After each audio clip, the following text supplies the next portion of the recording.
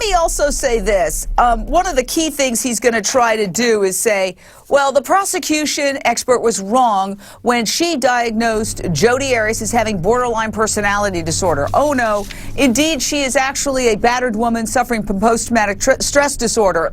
Now, I want to bring in Dr. Judy Ho. I think this is a really bad move. I think that Jodi could actually find her life spared if the jurors decide she's mentally ill. So the prosecution brings on this expert psychologist that says, oh, she's got borderline personality disorder. So there's a tendency to say, well, then the person's sick. They're not as in control as somebody who is suffering from nothing. Why on earth is the defense trying to knock down borderline personality disorder when it could save her life?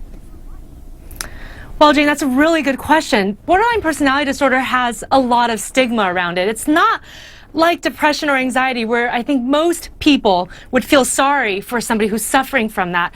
Borderline personality disorder carries a lot of weird nuances in the person's behavior. People who have borderline personality disorder, if you look it up on the web, are slightly narcissistic, they are very unstable, they can be manipulative, they are black and white. There are all of these things about that personality disorder that can make that person very good at manipulating someone else. And so I think that's why the defense is afraid of it. They don't want to go there because there's so much stigma around that disorder.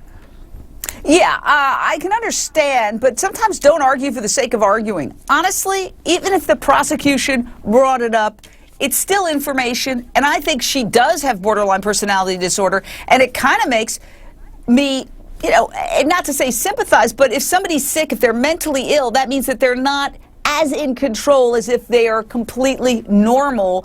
And I don't know that jurors might not have the same reaction. And quickly, let me go to Evangeline Gomez on that. Jane, you bring up an excellent point.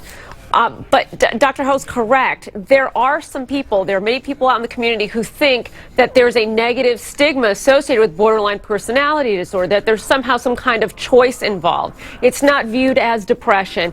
But I do think you make an excellent point. There are some people out there who say that the prosecution basically handed this. Ironic. Dr. Judy Ho, clinical psychologist, could a case like this drive you to drink? He was arrested apparently, purportedly for extreme DUI, and 52 years old. I mean, maybe the stress of this whole thing got to him. Absolutely, Jane. This isn't him really stressed out. I mean, he has to be the person to make that decision, and that's going to stay with him for the rest of his life. So who knows, maybe he sabotaged his seat so he could get out of it and not have that responsibility. Well, listen, my heart goes out to him, buddy. You know, we all make mistakes, and luckily nobody got hurt. And I could see you being super stressed out by this case. And in fact, you mentioned it reportedly when you were arrested. I'm one of the jurors on the Jodi Arias case. More on the other side.